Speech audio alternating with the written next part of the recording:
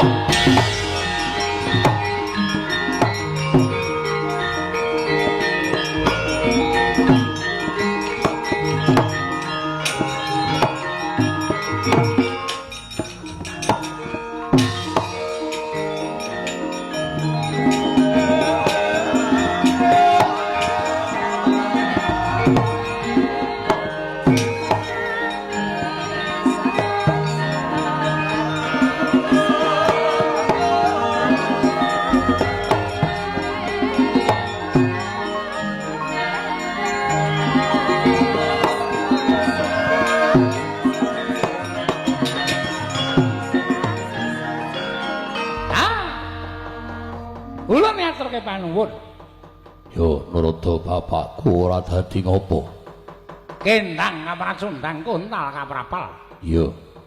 Wis, katon padhang dalan iki mudhun ana ing jagat Bathara Bayu. Yo.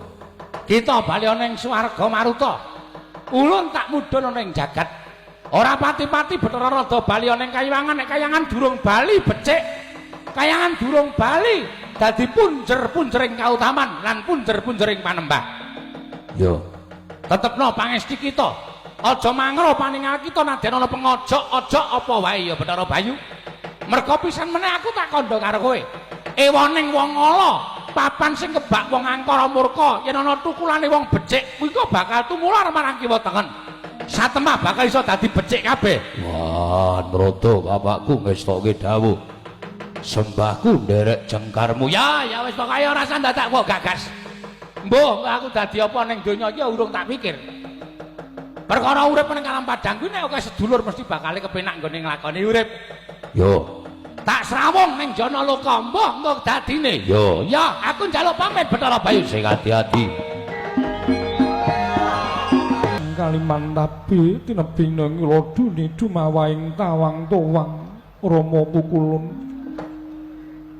teka lenggah paduka boten ketingal jenak tuwin kepenak enggen paduka rawuh wonten ing kayawangan swarga dahana ingkang putra pun Dresana ngaturaken sembah pangabekti kula kunjuk Rama Pukulun. Wong Mastunama sidang sekaring bawana langgeng.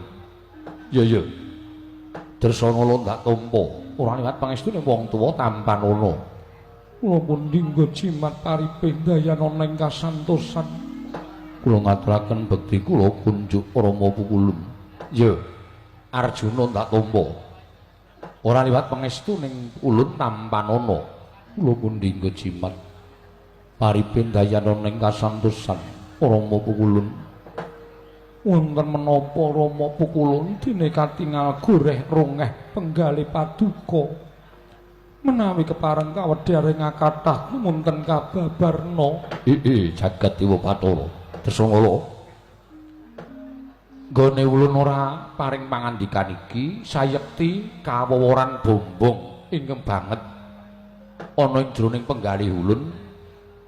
Ing atase ulun kuwi Jawata nanging kawasa ngrabekake anakku wadon kelawan si Arjuna. Sapa to sing ora bombong?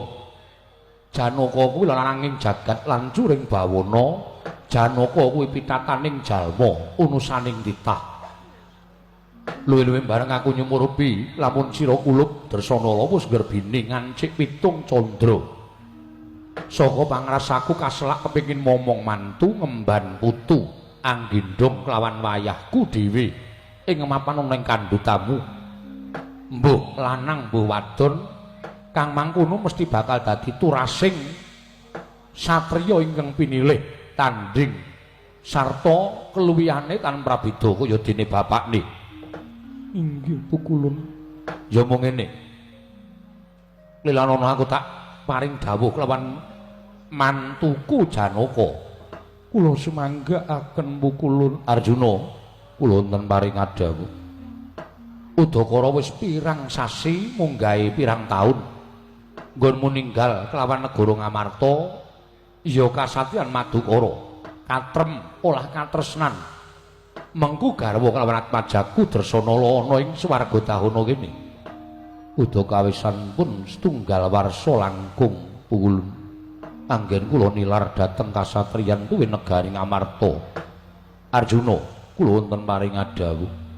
Sira kuwi satriyaning praja. Sira kuwi satriyaning praja. Monggo ketentremaning negara, ora mung negara. Bebasan ketentremaning jagat kuwi ning pundhaking para satriya.